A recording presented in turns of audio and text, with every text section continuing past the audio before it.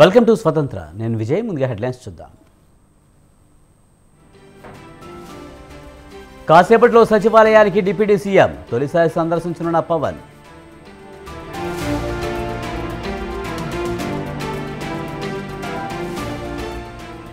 ఈవీఎంలపై ట్వీట్ల పంచాయతీ. జగన్ ట్వీట్కు కూటమి నేతల counter.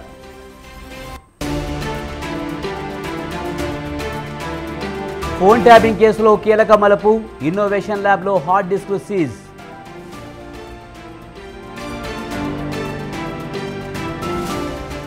కవితతో BRS నేతల ములాఖాత్. తిహార్ జైలులో కలిసిన సబితా సత్యవతి రాథోడ్.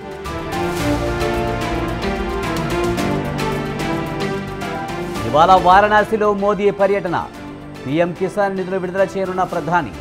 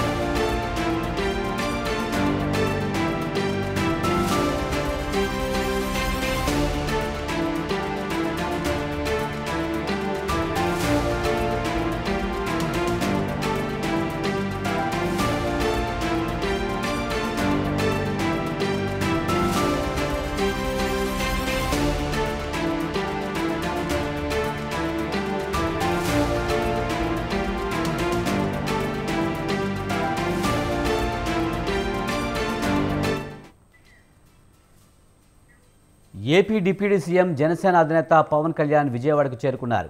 హైదరాబాద్ నుంచి ప్రత్యేక విమానంలో వచ్చిన ఆయనకు గన్నవరం ఎయిర్పోర్ట్లో జనసేన నాయకులు, అభిమానులు ఘన స్వాగతం పలికారు.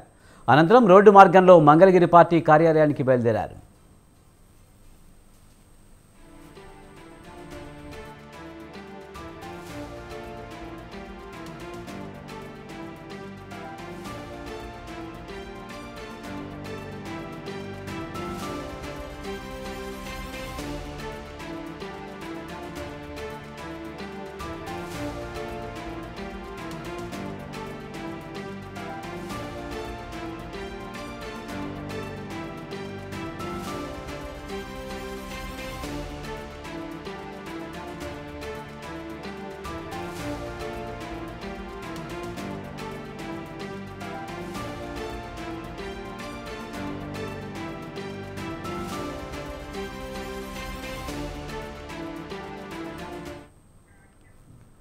పవన్ నేడు సచివాలయానికి రానున్నారు. మంత్రిగా ప్రమాణ స్వీకారం చేసిన తర్వాత మొదటిసారి సచివాలయానికి రానున్న ఆయన రెండో బ్లాక్లోని తన ఛాంబర్ను పరిశీలించనున్నారు.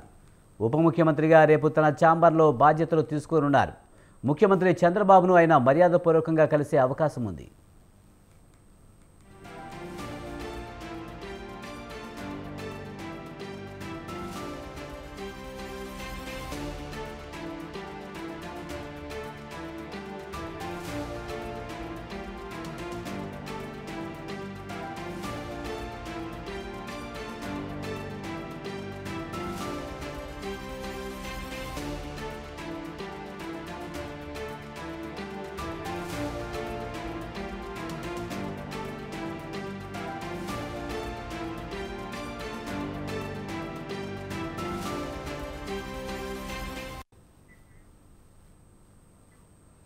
ఏపీ డిప్యూటీ సీఎం జనసేన అధినేత పవన్ కళ్యాణ్ విజయవాడకు చేరుకున్నారు. హైదరాబాద్ నుంచి ప్రత్యేక విమానంలో వచ్చిన ఆయనకు గన్నవరం ఎయిర్పోర్ట్లో జనసేన నాయకులు, అభిమానులు ఘన స్వాగతం పలికారు. అనంతరం రోడ్డు మార్గంలో మంగళగిరి పార్టీ కార్యాలయానికి బయలుదేరారు. దీనిపై మరింత సమాచారాన్ని మా ప్రతినిధి రమేష్ అందిస్తారు. రమేష్, పవన్ నేడు సచివాలయానికి రానున్నారు. అలాగే ఏపీ సీఎం చంద్రబాబుతో కూడా భేటీ కాబోతున్నట్టు తెలుస్తుంది. పూర్తి సమాచారం ఏంటి? విజయ్, జనసేన అధినేత ఏపీ ఉప ముఖ్యమంత్రి పవన్ కళ్యాణ్ కొద్దిసేపు క్రితమే గన్నవరం ఎయిర్పోర్ట్ కు చేరుకున్నారు. గన్నవరం ఎయిర్పోర్ట్ నుంచి ఆయన మంగళగిరిలోని జనసేన పార్టీ కార్యాలయానికి వెళ్తూ ఉన్నారు. ఇక మధ్యాహ్నం పవన్ కళ్యాణ్ సెక్రటేరియట్ కి రాబోతూ ఉన్నారు. ఉప ముఖ్యమంత్రిగా ఆయన రేపు బాధ్యతలు చేపట్టినటువంటి నేపథ్యంలో ఈ రోజు సెక్రటేరియట్ కి రాబోతూ ఉన్నారు. ఎమ్మెల్యేగా ఎన్నికయ్యి మంత్రిగా ప్రమాణ స్వీకారం చేసిన తర్వాత పవన్ కళ్యాణ్ మొదటిసారిగా సెక్రటేరియట్ కు వస్తూ ఉన్నారు. ఆయనకు ఛాంబర్ బ్లాక్ 2 లోని ఛాంబర్ ని కేటాయించడం జరిగింది. ఆ ఛాంబర్ ను కూడా పరిశీలిస్తారు. రేపు ఉప ముఖ్యమంత్రిగా బాధ్యతలు చేపట్టినటువంటి నేపథ్యంలో ఆ ఛాంబర్ కు సంబంధించిన మార్పులు చేర్పులకు సంబంధించి కూడా పవన్ కళ్యాణ్ కొన్ని సూచనలు సలహాలు చేయనున్నట్టు తెలుస్తూ ఉంది. అదే సందర్భంలో మార్పులు చేర్పులకు సంబంధించి కొన్ని సూచనలు కూడా చేసే అవకాశం ఉన్నట్టు ఇప్పటికే జనసేన వర్గాలు చెప్తూ ఉన్నాయి. మరోవైపు ఏపీ సీఎం చంద్రబాబుతో కూడా జనసేన అధినేత డిప్యూటీ సీఎం పవన్ కళ్యాణ్ సమావేశమవుతారు. ముఖ్యమంత్రిగా చంద్రబాబు పదవీ బాధ్యతలు చేపట్టిన తర్వాత మొదటిసారిగా పవన్ కళ్యాణ్ సీఎం చంద్రబాబుతో భేటీ కాబోతూ ఉన్నారు. మధ్యాహ్నం సచివాలయంలోనే ఈ భేటీ జరగబోతూ ఉంది. మర్యాద పూర్వకంగానే ఈ భేటీ జరగబోతున్నట్లు ఇటు జనసేన పార్టీ వర్గాలు కూడా చెప్తూ ఉన్నాయి. ముఖ్యమంత్రిగా చంద్రబాబు బాధ్యతలు చేపట్టిన తర్వాత ఇంతవరకు పవన్ కళ్యాణ్ సీఎం చంద్రబాబుని కలవలేదు. ఈ నేపథ్యంలోనే ఈ భేటీ జరగబోతుంది. చంద్రబాబుని సీఎం గా పదవి బాధ్యతలు చేపట్టినటువంటి నేపథ్యంలో పవన్ కళ్యాణ్ చంద్రబాబుకి శుభాకాంక్షలు అభినందనలు కూడా తెలపబోతూ ఉన్నారు. ఇక జనసేన పార్టీకి సంబంధించిన 3 మంత్రులకు కూడా బ్లాక్ 2 లోనే ఛాంబర్ లో కేటాయించడం జరిగింది. ఆ ఛాంబర్ ను కూడా పవన్ కళ్యాణ్ పరిశీలించబోతున్నట్టు తెలుస్తోంది. మరోవైపు పవన్ కళ్యాణ్ మొదటిసారి సచివాలయానికి వస్తున్నటువంటి నేపథ్యంలో అమరావతి ప్రాంత రైతులు పెద్ద ఎత్తున పవన్ కళ్యాణ్ కి స్వాగతం పలికేందుకు ఏర్పాట్లు చేస్తూ ఉన్నారు. పవన్ కళ్యాణ్ గతంలో అమరావతి ఏకైక రాజధానిగా ఉండాలని కోరుకోవడం జరిగింది. అంతేకాకుండా అమరావతి రైతుల పక్షాన పవన్ కళ్యాణ్ పెద్ద ఎత్తున పోరాటాలు కూడా చేశారు. వారికి అండగా ఉంటారని భరోసా ఇవ్వడం జరిగింది. అంతేకాకుండా అమరావతి రాజధాని ఎట్టి పరిస్థితుల్లోనూ ఇక్కడ నుంచి తరలిపోకుండా తన వంతు ప్రయత్నాలు చేస్తాను, రాజధానిగా అమరావతిని కొనసాగించేందుకు తన వంతు కృషి చేస్తారంటూ గతంలోనే అమరావతి రైతులకు ఆయన హామీ కూడా ఇచ్చారు. ఆ హామీని నిలబెట్టుకునే దిశగా మొన్నటి ఎన్నికల్లో టీడీపీ, జనసేన, బీజేపీ కూటమి కూడా అధికారంలోకి వచ్చింది. అధికారంలోకి వచ్చిన తర్వాత అమరావతి రాజధాని స్పష్టంగా పేర్కొన్నటువంటి పరిస్థితి కూడా ఉంది. ఈ నేపథ్యంలో అమరావతి రైతులు కూడా పవన్ కళ్యాణ్ కి ఘనంగా స్వాగతం పలికేందుకు ఏర్పాట్లు అయితే చేస్తూ ఉన్నారు. సో జనసేన అధినేత ప్రస్తుతం అయితే మంగళగిరి పార్టీ కార్యాలయంలో ఉన్నారు. ఆయన మధ్యాహ్నం సెక్రటేరియట్ కి వెళ్తారు. ఆ తర్వాత ఏపీ సీఎం చంద్రబాబుతో కూడా సమావేశం కాబోతూ ఉన్నారు. Vijay. Right, thank you Ramesh.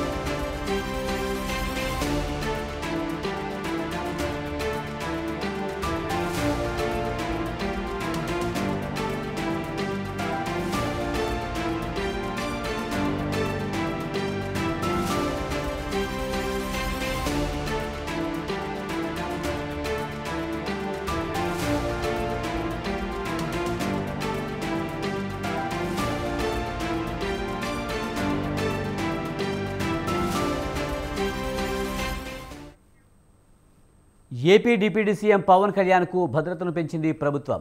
ఈ మేరకు ఆయనకు Y+ సెక్యూరిటీతో పాటు ఎస్కాట్ బుల్లెట్ ప్రూఫ్ కారును కేటాయించింది. ఇంతకుముందు పవన్ కళ్యాణ్ గన్నవరం చేరుకున్నారు. అనంతరం ఆయన మంగళగిరి పార్టీ ఆఫీస్కు వెళ్లారు.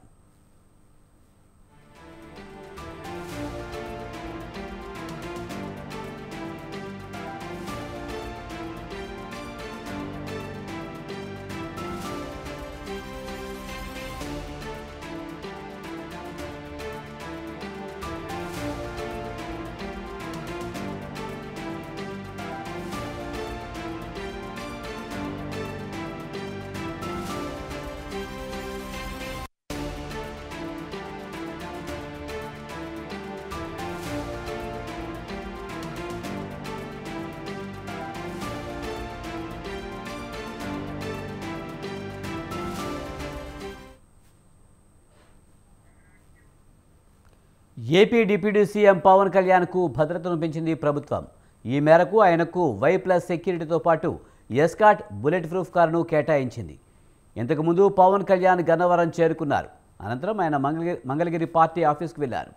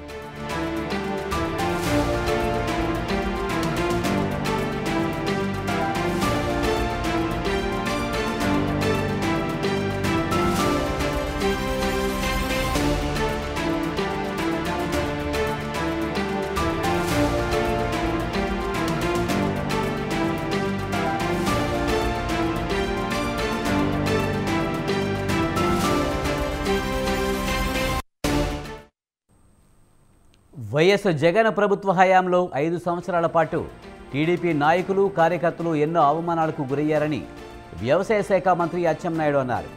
ఇప్పుడు తమ ప్రభుత్వం వచ్చినందువల్ల సంబరాలు జరుపుకుంటున్నారని చెప్పారు.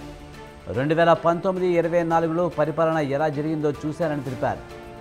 రాష్ట్రంలో తన పార్టీ తప్ప ఇంకొకరు ఉండకూడదన్నట్లు జగన్ వ్యవహరించారని అన్నారు. పార్టీ ఉంటుందా లేదా అని నిద్రలేని రాత్రులు గడిపానని తెలిపారు. కూటమి 95% సీట్లు గెలిచి చరిత్ర సృష్టించామన్నారు. 5 నెలల్లో రాష్ట్రాన్ని గాడిన పెడతామని తెలిపారు. తనతో కష్టపడి పనిచేసిన వారికి ముఖ్య శాఖలు వచ్చాయని చెప్పారు.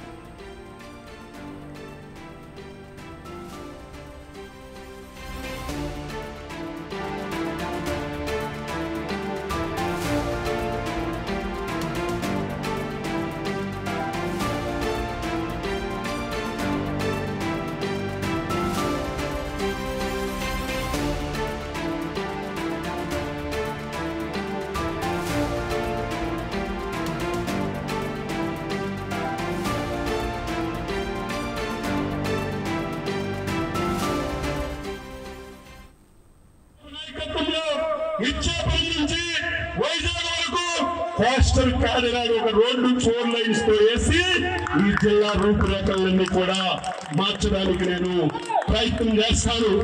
కార్యకర్తలు అధైర్యపడద్దు, ఎవరో ఇబ్బంది పడద్దు.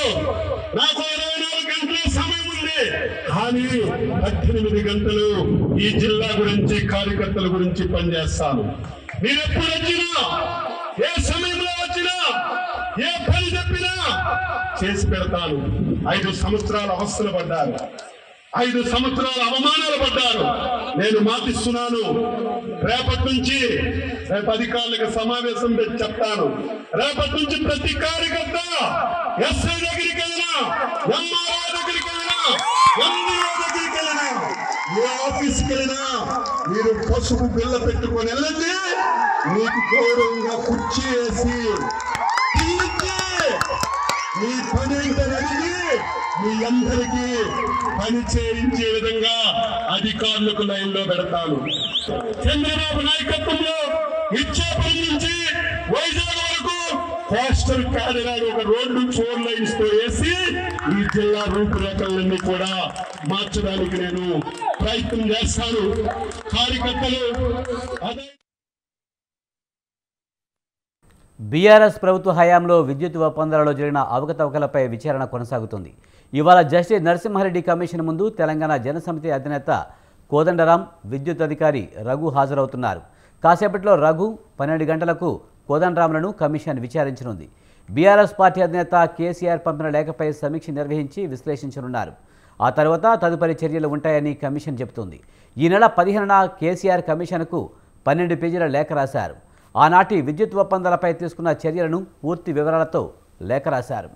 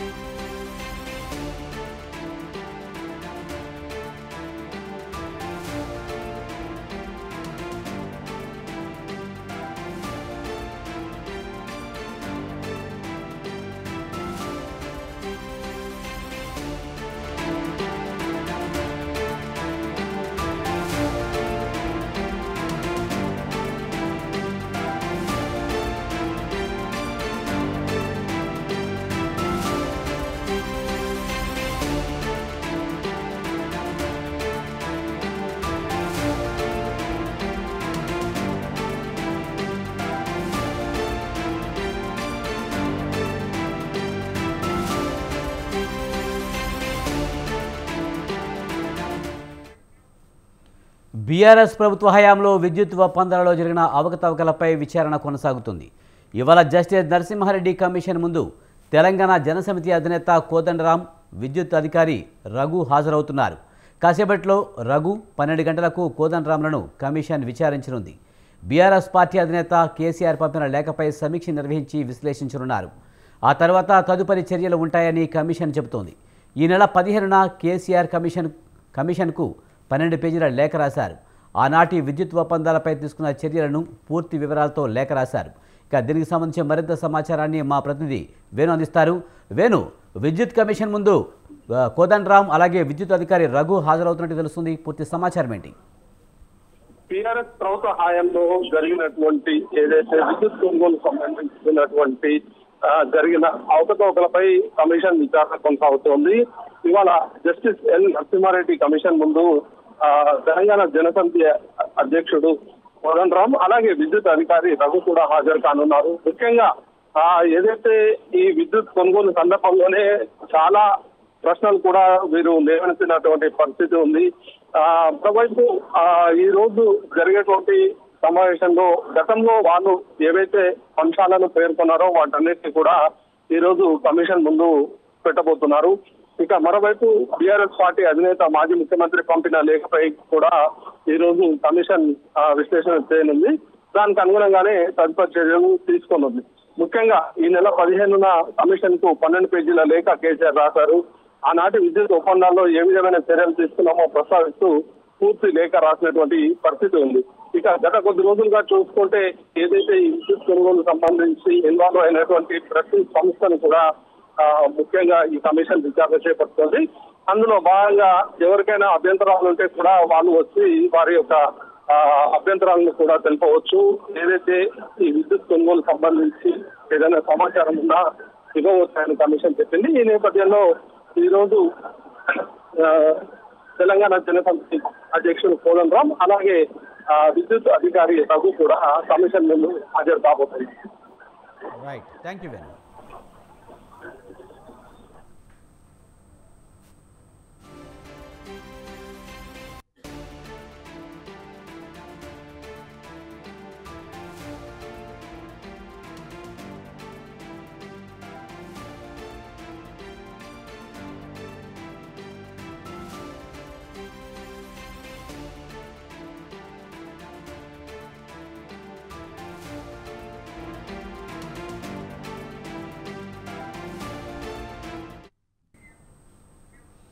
ఫోన్ ట్యాపింగ్ కేసులో కీలక మలుపు చోటు చేసుకుంది.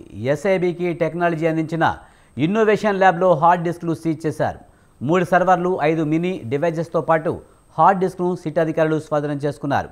ఇన్నోవేషన్ ల్యాబ్ చైర్మన్ రవికుమార్ ఇల్లు కార్యాలయంతో పాటు బెంగళూరు, హైదరాబాద్ కార్యాలయాల్లో సిట్ సోదాలు నిర్వహిస్తోంది.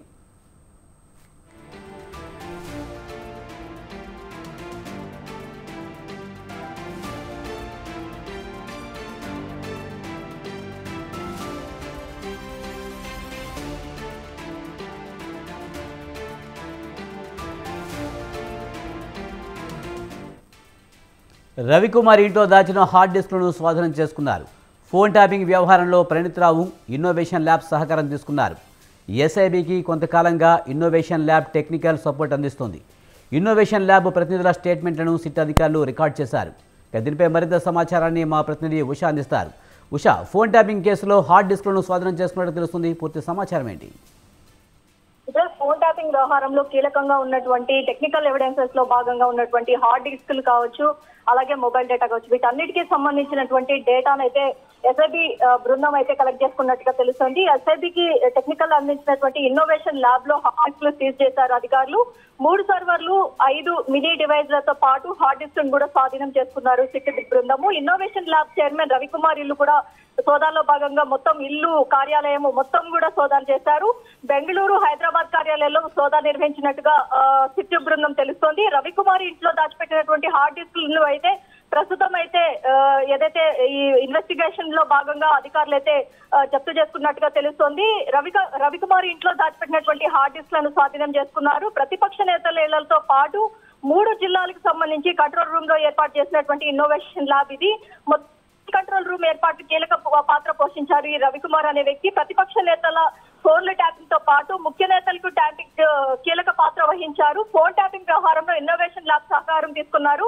ప్రణీత్రావు అండ్ కో ఎవరైతే ఉన్నారో వాళ్ళందరూ ఎస్ఐబికి గత కొంతకాలంగా టెక్నికల్ సపోర్ట్ అందిస్తున్న ఇన్నోవేషన్ ల్యాబ్ ప్రతినిధులు స్టేట్మెంట్ల రికార్డును కూడా సిట్ బృందం రికార్డ్ చేస్తున్నట్టుగా తెలుస్తుంది. ఓవరాల్ గా చూసుకున్నట్టయితే ఈ కేసులో ఫోన్ ట్యాపింగ్ వ్యవహారంలో ఈ రిపోర్ట్ ఏదైతే ఉందో ఇది కీలకంగా మారనుంది.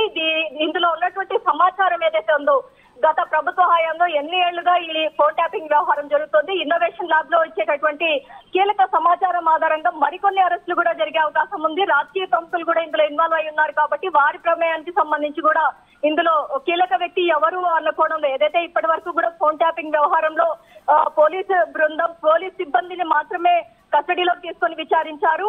ఇందులో ఇంకా బడా తలకాయలే ఉన్నట్టుగా కూడా తెలుస్తోంది. కాబట్టి ఆ బడా వ్యక్తులు ఎవరు, సుప్రీం ఎవరు అనుకోవడంలో పూర్తి స్థాయిలో దర్యాప్తు చేయాలంటే ఈ టెక్నికల్ ఎవిడెన్స్ కీలకంగా మారింది. గతంలో ప్రణీత్ రావు అండ్ ఈ టెక్నికల్ ఎవిడెన్సెస్ లో భాగంగా మూసీ నది కావచ్చు, అలాగే బేగంపేట కాలువ కావచ్చు, ఈ ప్రాంతాల్లో మొత్తం డిస్ట్రాయ్ చేసి మొత్తం ఏ ఆధారాలు లేకుండా మొత్తం కూడా ధ్వంసం చేశారు. కాబట్టి ఈ ఇన్నోవేషన్ ల్యాబ్ రిపోర్ట్ ఏదైతే ఉందో ఇందులో వచ్చేటటువంటి కీలక సమాచారం మేరకు ఫర్దర్ ఇన్వెస్టిగేషన్ కి అయితే అధికారులకైతే సులభంగా మారుతున్నట్టుగా తెలుస్తోంది. Vijay, right, thank you Usha.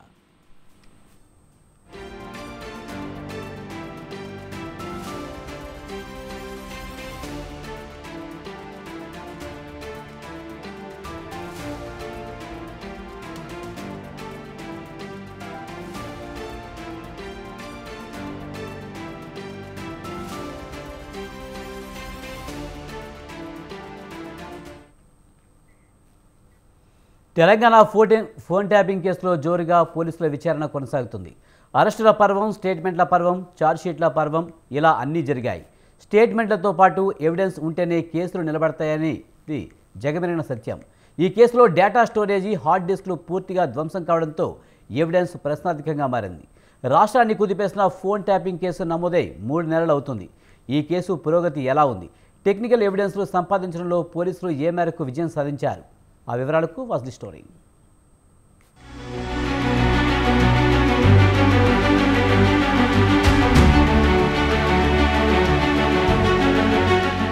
Phone tapping కేసులో పోలీసు విచారణ కొనసాగుతోంది. ఇప్పటికే 4గురిని పోలీసులు అరెస్ట్ చేశారు. నిందితులతో పాటు సాక్షుల స్టేట్మెంట్లు జోడించి కోర్టులో ఛార్జ్షీట్ దాఖలు చేశారు. ఇప్పటికీ కేసుకు సంబంధించిన పూర్తి ఆధారాలు సంపాదించడంలో పోలీసులు సఫలీకృతం కాలేదు. కోర్టులో కేసు స్ట్రాంగ్గా నిలబడాలంటే స్టేట్మెంట్లతో పాటు సాక్ష్యాలు ముఖ్యం. అయితే phone tapping data storage, hard డిస్కులు పూర్తిగా ధ్వంసమైనట్టు సమాచారం. దీంతో ఇతరత్రా టెక్నికల్ ఎవిడెన్స్లు సంపాదించడానికి పోలీసులు ప్రయత్నిస్తున్నట్టు తెలిసింది.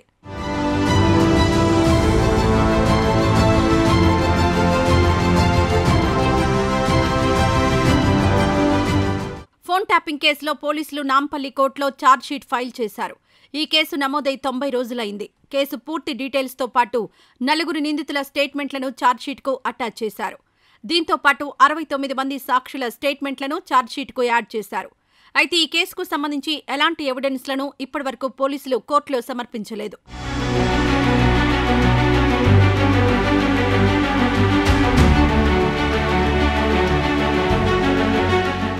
2023 అసెంబ్లీ ఎన్నికల ముందు అప్పటి ప్రతిపక్షాల నేతలు, ప్రైవేటు వ్యక్తులు, జర్నలిస్టులతో పాటు జడ్జిలకు చెందిన మొత్తం 1200 ఫోన్లు ట్యాపింగ్కు గురైనట్టు పోలీసులు కోర్టుకు తెలిపారు. అయితే ఇందుకు సంబంధించిన ఎవిడెన్స్లు పోలీసులకు చిక్కలేదు. ట్యాపింగ్ చేసిన ఫోన్ల వివరాలను స్టోర్ చేసి హార్డ్ డిస్క్లను ప్రణీత్ రావు ఎలక్ట్రానిక్ కట్టర్తో ధ్వంసం చేసినట్టు పోలీసులు గుర్తించారు. ముక్కలైన హార్డ్ డిస్క్ పీస్లను పోలీసులు స్వాధీనం చేసుకుని డిజిటల్ ఫోరెన్సిక్ ల్యాబ్కి పంపించారు. అయితే అవి పూర్తిగా ధ్వంసం అవడంతో అందులో డేటా రికవరీ కష్టమని పోలీసులు తెలియజేస్తున్నారు.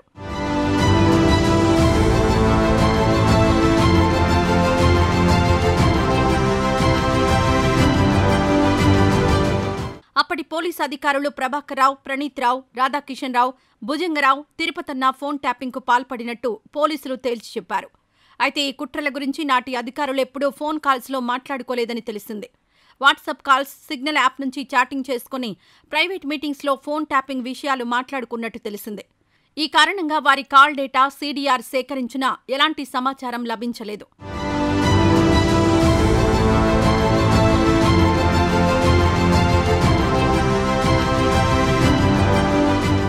ఫోన్ ట్యాపింగ్లో కీలక పాత్ర పోషించిన ప్రణీత్ రావు ఇజ్రాయెల్ వెళ్లి ఈ నిర్వాకం సాగించినట్టు పోలీస్ దర్యాప్తులో తేలింది.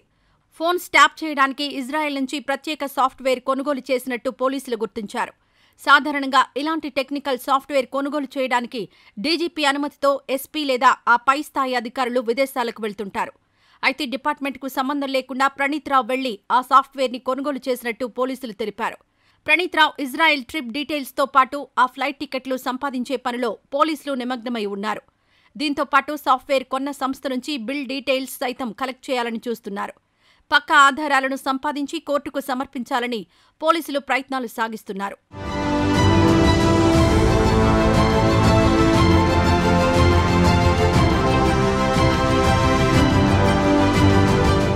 కేసులో ప్రధాన నిందితుడిగా ఉన్న ప్రభాకర్ రావుతో పాటు మరో నిందితుడు శ్రవణ్ రావును అరెస్ట్ చేసి విచారిస్తే కేసుకు సంబంధించిన పూర్తి వివరాలు బయటపడతాయని పోలీసులు భావిస్తున్నారు. విదేశాల్లో ఉన్న ఈ ఇద్దరిని ఇక్కడకు రప్పించేందుకు పోలీసులు కోర్టులో ప్రాసెస్ చేస్తున్నారు.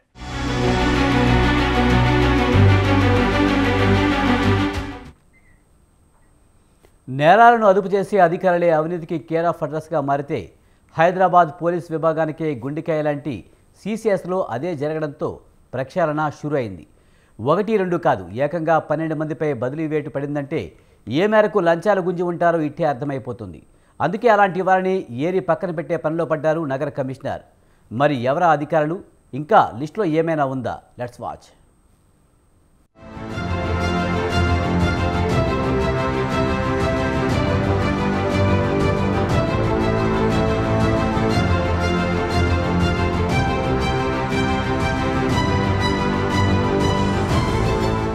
సిసిఎస్లో 12 మందిపై బదిలీ వేటు పోలీస్ వర్గాల్లోనూ రాష్ట్రంలోనూ హాట్ టాపిక్గా మారింది.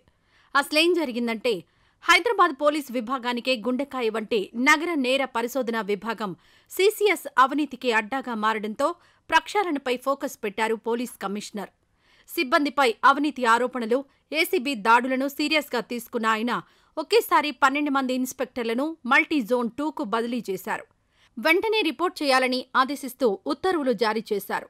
అలాగే అవినీతి బాగోతంపై ఆరా తీస్తున్న సిపి కింది స్థాయి నుంచి పై స్థాయి వరకు ఎక్కడ ఏం జరిగిందన్న దానిపై కూపీ లాగుతున్నారు.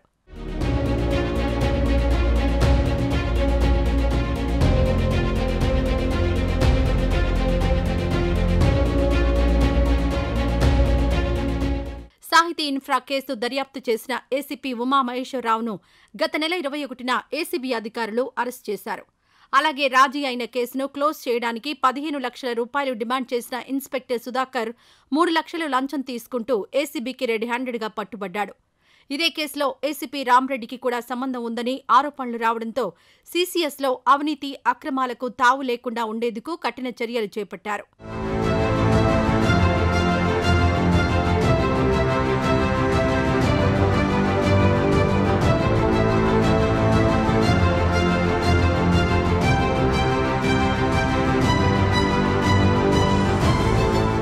సంచలనాత్మక నేరాలతో పాటు భారీ స్కామ్లను సీసీఎస్ అధికారులు దర్యాప్తు చేస్తారు.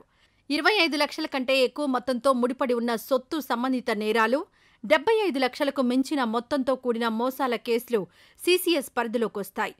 ఈ విభాగమే నేరుగా కొన్ని కేసులు కూడా నమోదు చేస్తుంది.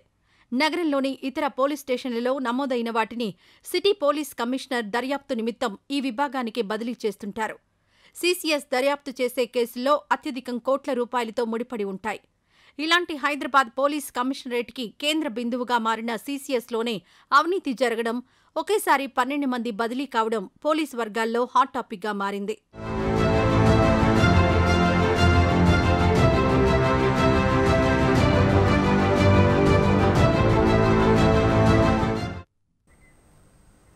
ఇవి ఈ బులెటిన్ విశేషాలు. చూస్తూనే ఉండండి స్వతంత్ర.